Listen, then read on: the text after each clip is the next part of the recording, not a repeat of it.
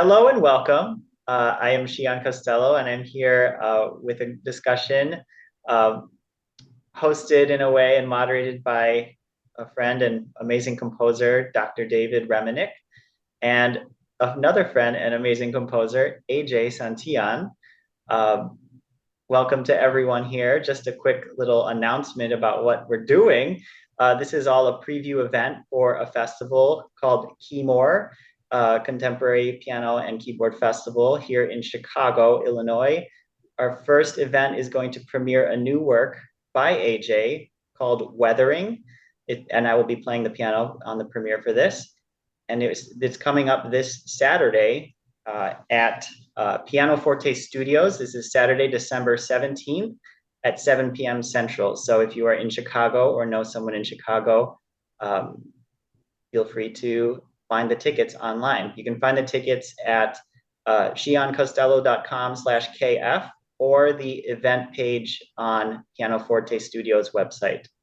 Take it away, Dave. Awesome. Yeah, no, thank you so much for inviting me to talk with you too. I'm really excited to kind of hear a little bit more about this piece. So I kind of want to start, AJ, but just asking you to give us a little bit of an introduction to this piece. Tell us a little about it, about the where the title came from, what the piece is about. Sure. So Weathering, when I started writing it, I was thinking a lot about the environment, and the climate crisis in the context of my own life and like where I grew up and things like that. So I was thinking a lot about how growing up, I grew up right by like a large water reclamation plant.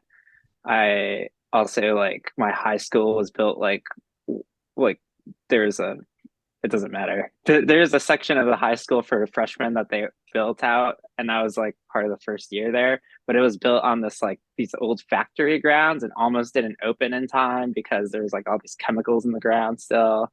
I think they had to like dig under it to get them out. It was wild. Um, and I've always sort of lived in like kind of these like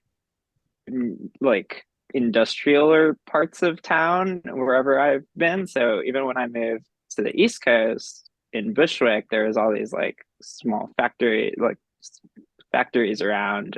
There's like a concrete factory nearby and things like that. And right now I live like across from like a lumber yard. And it's just sort of thinking about like these industrial things that have always sort of been right around and like kind of the noise and like how the neighborhood looks and things like that. And it's sort of always just been there. So these are things I had in mind while I was writing it. The piece is kind of in two halves. The first is sort of supposed to be like my time in Cicero, Illinois, Chicago vibes, and then the second half is supposed to be like the East Coast section. And underlying that is sort of like this realization that like our planet is very quickly dying. So like throughout, it kind of like the tempo ramps up to an unplayable like speed basically at the end, which hopefully, you know, our environment never gets to like a place where there's like no return and it's uncontrolled. It is sort of the idea behind that. But yeah, that's sort of the piece in a nutshell. You mentioned the big kind of accelerando that goes on. I think there's one in the first half and then another one in the second half, if I remember correctly, as being kind of representative of this kind of environmental decline. Is that yes. Are there other aspects of the piece that kind of I don't want to say necessarily programmatically, but that speak to this kind of industrialism or this kind of environmental terror, I guess, for lack of a better word? I think there's some like mechanical repetitious elements, but at the same time there's also these like I sort of try to like put in these like kind of like they're not so disruptive, but there's like kind of these like it's kind of minimal. So then there's these like notes that kind of come in on offbeat or here and there that get added to like the overall texture that is sort of like supposed to almost be like me realizing like what is happening, like, or like, oh, like I learned something new. It's almost like, it's a little cheesy, but it's almost like a ding, like, oh, like I'm learning more, or I'm like realizing this is happening, and these things. And that was sort of, at least especially in the first half, that kind of stuff happens more often. Yeah. Those low notes you're talking about mainly? Yeah, those like kind of low notes. Yeah. Now, Shi-An, I want to ask you about the this kind of unplayable accelerando aspect of this. Is this? I mean, is this indeed unplayable? Or is it just a stretch to your technique, or how is that learning that? Yeah, I think it's I think in a sense it is unplayable, but with the accelerando so long, like such a long-term accelerando, I think you can create this, you know, from the performing side of things, you can make it playable and still feel a bit unhinged or like it's out of control, like feeling like it's reaching that point of no return. I think that was really illuminating the way you explained it, AJ, because I can see that part of it being like the sort of like ramping up of it, and it's just kind of went off its line of like it's more natural course. It kind of strayed away from its, you know, from nature's like normal like breathing and pushing and pulling and pacing. And yeah, like from when it starts at, there's more of that sort of like space and meter, and then I think that creates this sort of like anxiety. So yeah, we'll see if it's playable. I'll try. I hope you know by now if it's playable, Shi-An. I never know until until it happens, you know, until it actually happens. I'm definitely going to want to get more in the weeds about the actual musical content, but before we get too deep in that, I want to hear a little bit more from both of you about how this collaboration came about. Yeah, so I asked AJ to write a piece for this festival as the first ever commissioned composer for this new festival. And the genesis of my relationship to AJ is through Dave Reminick, through Dave, who's here. So yes. There's a whole like sort of, you know, triangle of relationships that have built really beautifully from a long relationship with Dave, and from that, you know, do you want to tag in on that front, AJ? Yeah, sure. So Dave, am I remembering this? No, you introduced us through email or recommended me to Shi-An for piano commission, and it was for a different one. For a different one, yes. The prepared piano piece. The prepared piano piece. It was based off of John Cage's. Oh my gosh, I'm not remembering the name. Interludes. Yes, thank you. Piano. Sorry, yes. And I wrote Shi-An a piece called Distance, and it used samples from that piano Shi-An had prepared, and I asked him to send over like all the samples, and I put them into like, actually I have it right here. I put them into this drum machine and made this sort of thing. Yeah. And I wrote like kind of the backing track on that, and then wrote a piano part on top of to go with it. Yeah. And that's how our kind of first collab started, and we liked working together, and now we're here. I guess I want to ask about that piece about Distance, because that was if I'm remembering correctly, the first piece I've heard from you, at least for solo piano. AJ, is that the first one that you've written?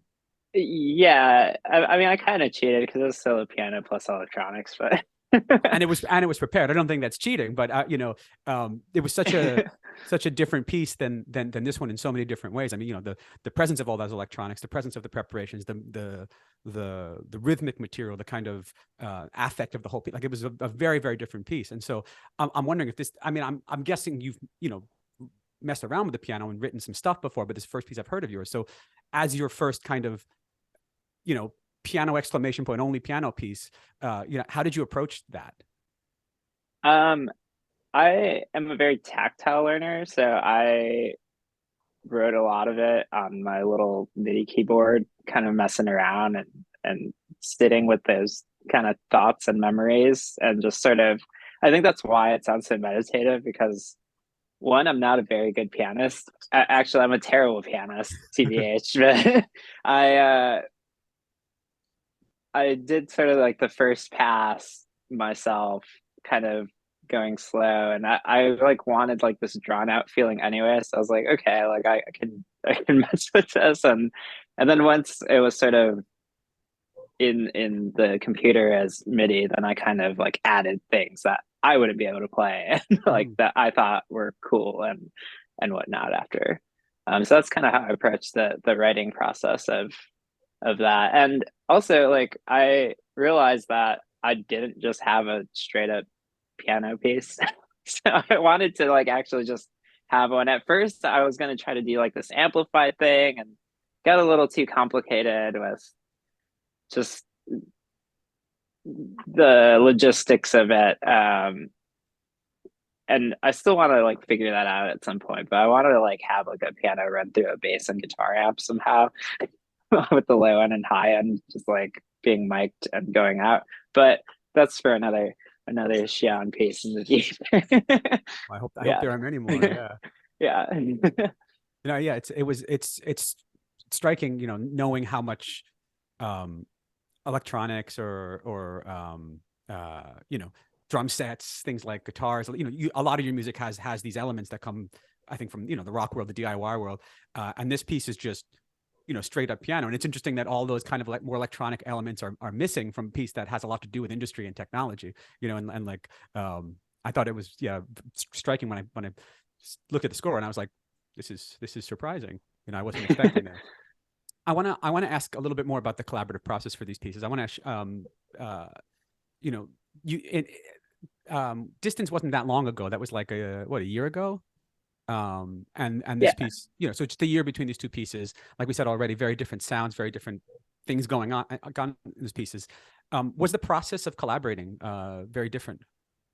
We did have like a back and forth about exactly what I was gonna do, and part of it was like cutting the maybe having amplified stuff, just because it was a little too awkward, and it was a much larger project than maybe I thought it was gonna be, having that, because I would have had to like build something with pickups, which is what I wanted to do originally, and it was just like the way I wanted to do that was going to be a lot harder to pull off for the amount of time I had, just because of other stuff in my life. But yeah, I ended up sending Shi-An a draft, kind of revising it, and yeah, now we're here. And like so many things evolve and change over the course of the process. It's never like just straight line with creative stuff. And right, like AJ was saying, there was like a whole element for building things that connect to the instrument, to the piano. And maybe that's something to table for the future. But in terms of the timeline for this one, we probably first talked about this particular piece in, I would say, March or April of 2022. So a pretty fast turnaround. And now here we are in December, ready to premiere it this weekend. I think like some of those elements are always ended up sticking too in the back of my head, because I wanted kind of a reverby guitar sound too anyways, which I ended up using just a ton of pedal down sections for I think almost all of it. So that's always kind of present, and just like the really loud sections, I always imagine like anytime I write a loud section, I just imagine it naturally distorted in my head, like because that's like guitars and bass are such a part of my musical language that I almost like, even if it's not there, it's always kind of there, like in pretend mode for me. Like, yeah. The pedal, you mentioned the pedal here. I think that definitely does give this kind of effects pedaliness, kind of reverbiness to the whole thing, especially the way you use it.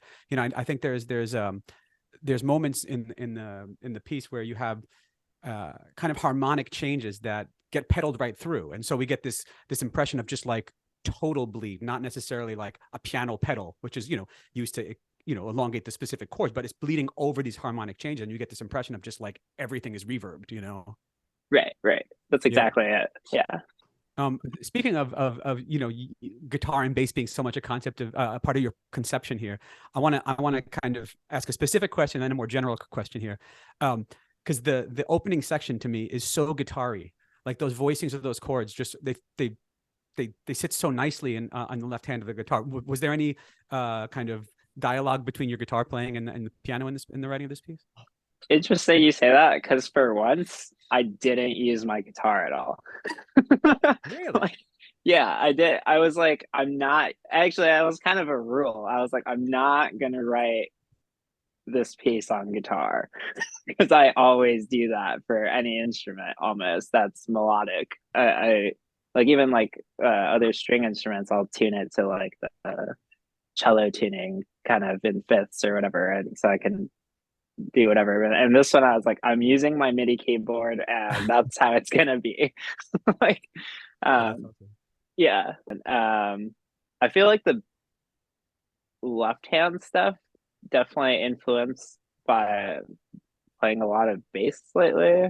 I've played a band called Massa Nera, so bass has really become my main instrument over the like last 4 years. So like when I like kind of added some of those bass things, I was sort of thinking about that a little bit. Yeah. Well, as long as we're talking about Massa Nera, can you tell us a little bit about your experience playing in bands, being involved in a touring band, involved in DIY scene? Yeah, I kind of came into the scene through Dave, actually. Really? Yeah, I mean, I was sort of doing DIY stuff like at like little churches in my hometown, but like a proper like warehouse vibes, people live in the space DIY show was that last Mopri show you played with Paper Mice. That was the first time I went to a DIY space like that, and I was like blown away. And then I was just in it forever after Oh my goodness. that. I didn't know that. Yeah, so that was like a big deal for me. Yeah, I was like what, a sophomore in undergrad. Yeah, because I took that's when you were my teacher. And and then I used to have a band called DMA, and Dave and I's bands played together back in the day. Paper Mice, which you still playing. And then I moved to the East Coast, and eventually joined this New Jersey band called Massa Nera. They needed a bass player, and I had asked them to tour with my other project, This Place Is Actually the Worst, and they're like, we need a bass player, and I was like, cool, I'll fill in. And somehow I ended up in that band. Then we got along, and it just kind of stuck, and we've been touring ever since. Basically, we just dropped a record too, like a week ago almost. Yeah. Congratulations. Yeah, thank you. Yeah, we worked on it for a few years, so it's a long time coming. And I really fell in love with playing bass again. Bass is my first instrument, and it's been cool to revisit that and be able to travel and have all these connections across the US and the world, actually, through DIY. And I take a lot of influence from that music and the politics of that scene, and just friendships from their influence. Yeah. Wow. Do you you know, writing what I call capital C composing, you know, writing chamber music, writing for ensembles, writing solo pieces, it's in my experience been a very different world than playing in bands and touring and you know, being in that DIY scene. How has your big experience been, and in terms of differences and in terms of kind of tying them together? It's very different. I feel like in capital C composing world, I've always been a little frustrated at like sort of the progressive changes in that scene. I feel like they move almost like too slow, like almost like there's like this bureaucratic wall of things that have to happen, and in sort of the DIY scene, it's just it always felt a little easier with that kind of stuff. Even just like, you know, having queer or brown people in the space, like there, that stuff's been happening for a long time now, and it's gotten only better over the years. And the same could be said in the classical music scene or experimental music world, but I always felt like it was a little bit slower in terms of like catching up to that. And I think there's a lot more composers these days like have grown up playing like punk or weirder experimental noise things, and who are open to those kinds of like other performers who are or ensembles that are open to those kinds of sounds. So I get to write for like drum machines and adding guitar or bass, or having them play electric versions of, if they have a guitar or bass player that maybe doesn't usually play electric versions of their instruments. I've been able to like add those things in to my music, or drum set and things like that. So I think there's I tried to like meld those two worlds together, and in a way that, yeah, there's sheet music, but it's really just kind of punk stuff, but maybe a little more composed here and there for certain sections where maybe it would be really difficult to pull off if you're just a punk band, you know? Yeah. Yeah. Shi-An, let me put this to you here. I think, you know, speaking of like, you know, DIY, like this festival is something that you have kind of deed your why. No, you know, you saw something that you wanted to do, and you just went ahead and you made it happen, and you made it a reality. Can you speak a little bit about the challenges of that and the successes of that? And Yeah, I'm leaving that in, by the way, D'ing the why. Yeah, I mean,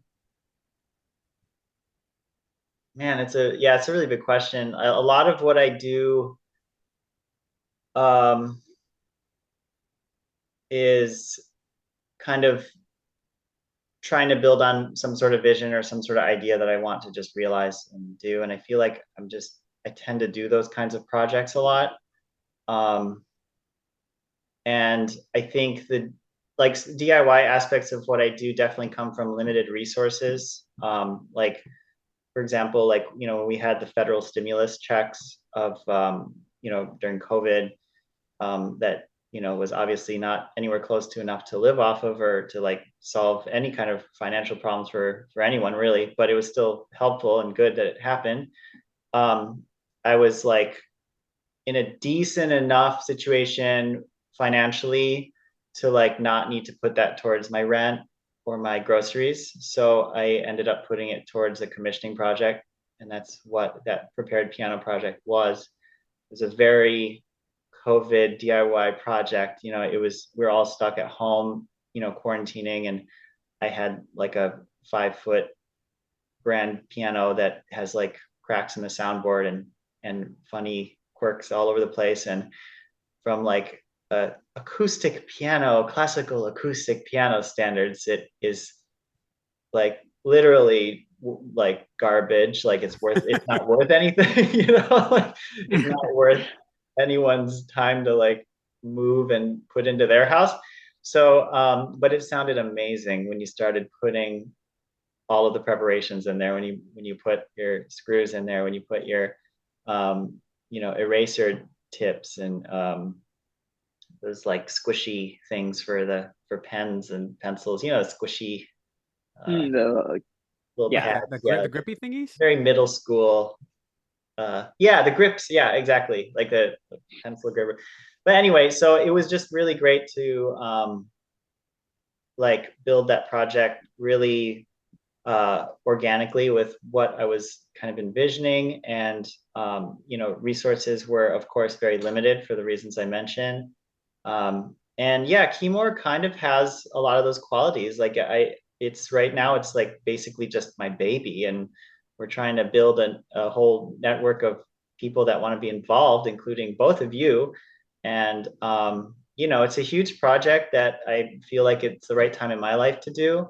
Of course, resources are always limited, and that is the terms of what we all have to sort of there is abundance, but there's also real like scarcity too that we have to grapple with and be, always aware of. So, yeah, the project is very sort of like just, jump starting from nothing. With that said, I want to be very thankful for who has jumped on board to be part of things. So we are partnered with Pianoforte Studios, which is hosting the venue for the event. And what we're doing now is hosted by Experimental Sound Studio. So, I have really great people that are already like on board and partnered to help make this happen at all. But yeah, it is do it yourself, when you start a completely new organization from nothing. So something I admire about you, Shi-An, is that I'm thinking about your Bach recompositions. You got this kind of just absurd idea that just seemed like this gigantic thing that like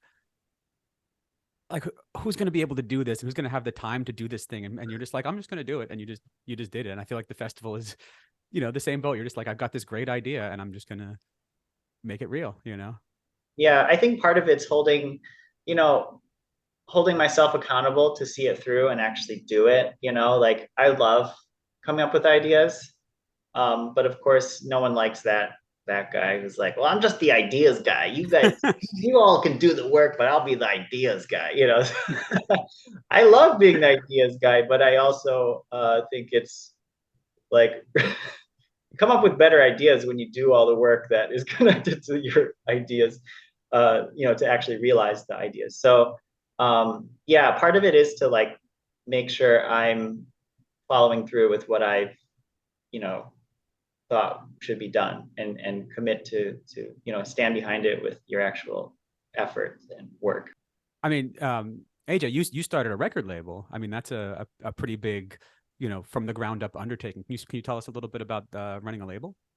Yeah, started People Places Records back in 2016, I want to say.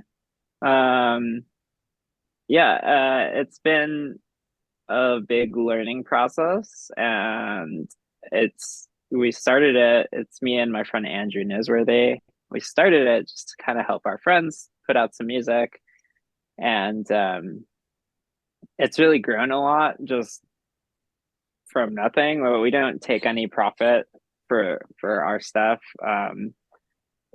for the label. Like we just give it to the artists, and the way we fund the label is by putting out projects on it. So I don't get paid for anything I put on the label or Andrew. We just kind of put it back into the label so that we could keep doing it, because there is some cost to it and things like that, but it's our little way of giving back to the community.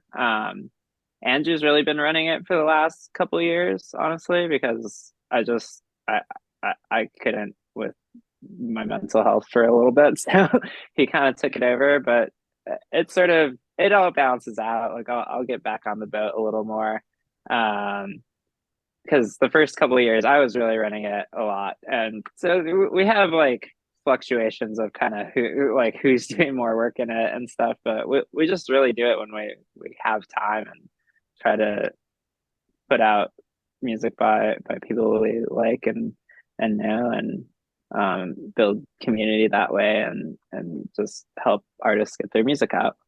Yeah. Awesome. So let's return to the kind of nuts and bolts kind of nerdy aspects of this piece. I want to just ask a couple of little questions here. You seem to, knowing about your kind of compositional pedigree, there's elements in this piece that kind of brush up against what I might expect, but are actually end up being completely different from some of the things I might expect. So for instance, you kind of flirt with linear processes, with kind of a process, it's the sound of a process piece at the beginning of this. It really has that kind of feel, but it's not linear, it's not a process. Is this a conscious thing for you, or is it just kind of the way the music is developing in your head? It's definitely the way the music's developing in my head. I think you're a big influence here, but like the idea of like repeating things without repeating things, like that's like almost like a mantra for me when I'm writing music now. Like I always like try to like have a thing and then like add something here or there just because I kind of feel like it. Like but it's like all based off the same thing. Like sometimes other like musical ideas come for them with those additions and things like that. Like I think I was just messing around and I was like, ooh, the bass note comes in like here, and then I was like, ooh, what can I do with that? And kind of moving it. Then like it's sort of like a little bit of a process for a little bit, but then it's sort of this weird in between, like, oh, I have this thing that I want to like stick in here and scoot around maybe, and then I kind of like move away from it. So it's sort of like this like weird in between a process, not really a process situation. Listening to this piece is a very I just sat and played through it a bunch, and it's a very interesting experience because it's, I'm not able to predict what's going to happen next, but it's also very repetitive and it's meditative, and it's so you get this kind of a little of this world, a little of that world, and it's kind of hard to pin it down, and I feel like the thread that runs through it is really your intuition here. It's like your there's never anything that is set in motion that is unable to be stopped, other than maybe these accelerandos, which I guess, getting back to the programmatic nature, is something that is hopefully not beyond our control. Yeah. Oh yeah, I guess along those lines, there's a moment, I feel like, I don't remember what page it's on. There's a moment all of a sudden on page 4, where all of a sudden and all of a sudden it's harmonized. That little bada is harmonized in 2 parts, and it's not something that happened before, and it happens maybe once or twice later on, but it's just like this little sprinkle of something different at just the right moment. So it's nice. I love that feeling of just kind of being adrift and not knowing where you are, and but also feeling very kind of I don't know, safe, in the musical material. The little blurb I read about this, you mentioned, let me see, what is the blurb? You mentioned nature, you mentioned, I think, pollution, and you also mentioned the idea of home, right? And I think, you had mentioned these Cicero and kind of East Coast as being representative of different parts of the piece, but there's definitely a feeling of comfort in this, and at least the first half of the piece, for me, that does make you feel kind of at home. I don't know, was this a part of the thought process, or am I just off on my own thing here? No, I think you're right on. And I wanted to create this sound world that you could just kind of sit in, like, that felt very like at home, but then like have these like, yeah, like elements that like maybe make the piece almost feel like uneasy to play, or like where you like, so something's like a little off, but not like in a way that's like maybe super obvious, which is sort of like what's happening, like with, the climate, like just the temperatures continuing to rise. Like, why did we have like 70-degree weather in November? Like, where it's like, oh, this feels nice. It's 70 degrees, but it's November. It's off, you know. Like, so Yeah. something about it is like uneasy and like it's like weird.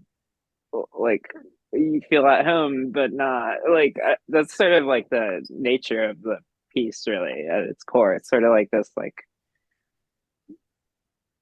this feeling like that's also why I don't ever shift keys really. It's sort of like I wanted it to just be in this one thing and then like have sort of play with I guess rhythm and like entrances in a way where it makes it feel easy or like something's happening. Yeah, this kind of second half of the piece is you know, I think very different. There's a lot more of a rhythmic impetus. That's kind of, when I say rhythmic, I like a driving kind of repetitive, the do do do do do do thing that, you know, that happens toward the end of the thing, and kind of that lower voice in the middle. You know, there's several things happening at once, and there's the, you know, that is a very different affect, a very different, you know, puts us in a very different place. That is, you know, for me less a little more unsettling, a little more a little less stable, I think. I want to ask you specifically about that last chord. Oh, Because what on earth?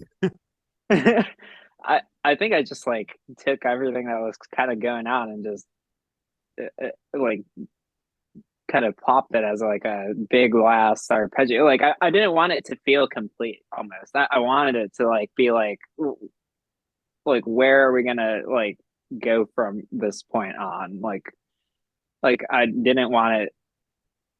I thought that last chord, I like didn't even change anything. I was like, okay, these notes that we're already using, and then it kind of just like ends because we don't know what's gonna happen, and or like it's sort of like weird too because like the piece is like semi-autobiographical but not because it also has like this like what is happening around in the world in there.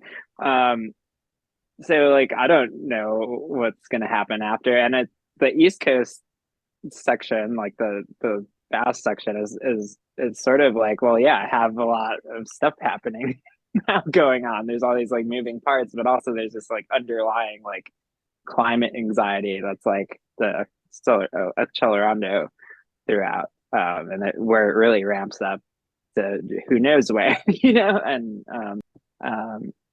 yeah, and that kind of brings it to the title too, because I was like, well, we're all kind of like weathering this thing where like we don't know what's gonna happen. We all have this anxiety and things we have to deal with that we also have to weather in our personal lives. So that's sort of the tie-in there. I mean, I love this stuff. It's super nerdy and piano specific, but I love the way piano makes you feel from the tactile sensation of playing different combination of keys. And I think one of the biggest, like, most exciting things about playing a piano is that you have these like black notes that are completely different shaped in a completely different location. And then you have these white notes that are like way bigger, way lower, you know, and there's this sort of like topography. It's like, you know, there's a topography to playing the instrument that's really special. And in terms of AJ's piece of weathering, I feel like there is sort of a cradle that's like built into the notes that are picked, like A flat and C in the left hand, and then G and B flat in the right hand, have a very like cradle-y sort of feeling to it. Whenever you get closer to keys that, and basically it's like, I would say the piece is in, I mean, it's up for debate, but like A flat Lydian / C minor / maybe something else. But anyway, there's three flats. And whenever you're around 3 or 4 black notes in a key, especially if you're pandiatonic like this piece, right? There's like sort of a warmth to it because it's like nicely balanced between black notes and white notes, and it gives you a certain feeling. You know, A flat major gives you a feeling, and it gives you sort of this like, yeah, and to me it's like a warmth and a kind of this cradle sort of feeling. It definitely is something I love thinking about. It's super nerdy little side note to add that's very piano related. But yeah, the feeling is there. So I could see that you wrote it, even though it sits well on guitar. I could see that you wrote it, AJ, with playing the piano and finding what notes feel right and make you feel right, in addition Yeah. to the sound of the actual harmonies and melodies. Yeah. Also, just the tactileness of instrument writing for me, I have a really hard time just thinking of notes in the air and just putting them in the computer or whatever, or even just writing them down. I have to like physically be able to like even if it's like a section I would never be able to play, like I have to like physically like actually touch the thing I'm working with. Um, in some way, even if it's like, I don't have a violin or whatever, I have to tune stuff, but having, I have MIDI keyboards and stuff around that I can at least like feel how it feels. So that was definitely like, that's also why I didn't want to write this for you on guitar. I wanted it to be like, yeah, I wanted that tactileness that you're talking about. Yeah. Yeah, and just to add to that, to bring it full circle, like for you, Dave, when I play music that you've written, I feel your energy and the way it's written too, because I know, like, I can sort of like relate to how you feel playing the piano too, right? Like, because you can just tell there's like, and everyone has their own personality, and it comes through in such a special way. I think piano might be the most like intense connection you get in that way to a composer's like feelings when they touch a thing. Like, I kind of feel like I know how like Chopin touches a piano because of all the music I played of his, and same with you, Dave, and same with you, AJ. Like, it has a certain like expression in it.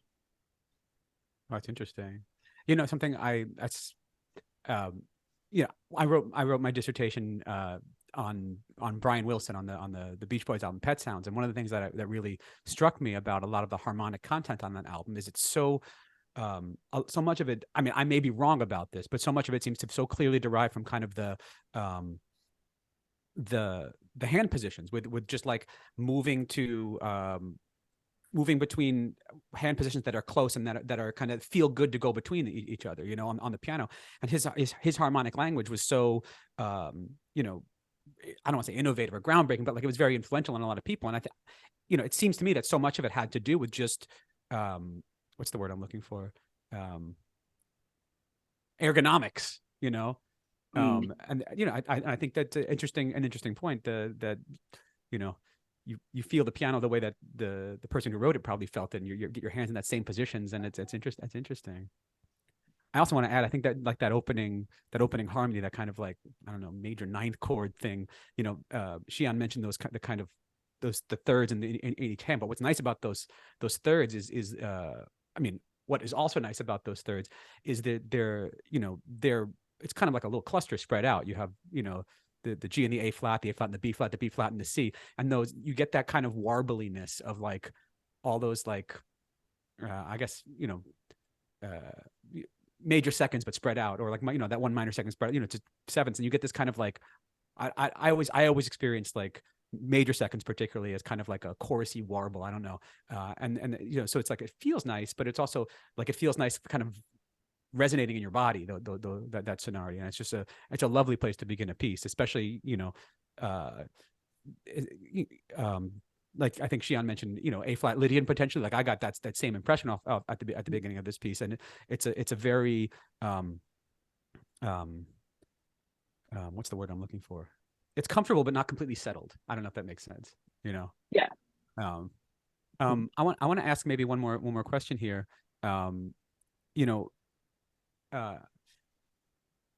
your output is so varied in terms of the sound of these pieces. You got stuff like kind of meditative stuff like this. You have one of your solo violin pieces. I forget what it's called. It's kind of also kind of meditative-y, diatonic-y.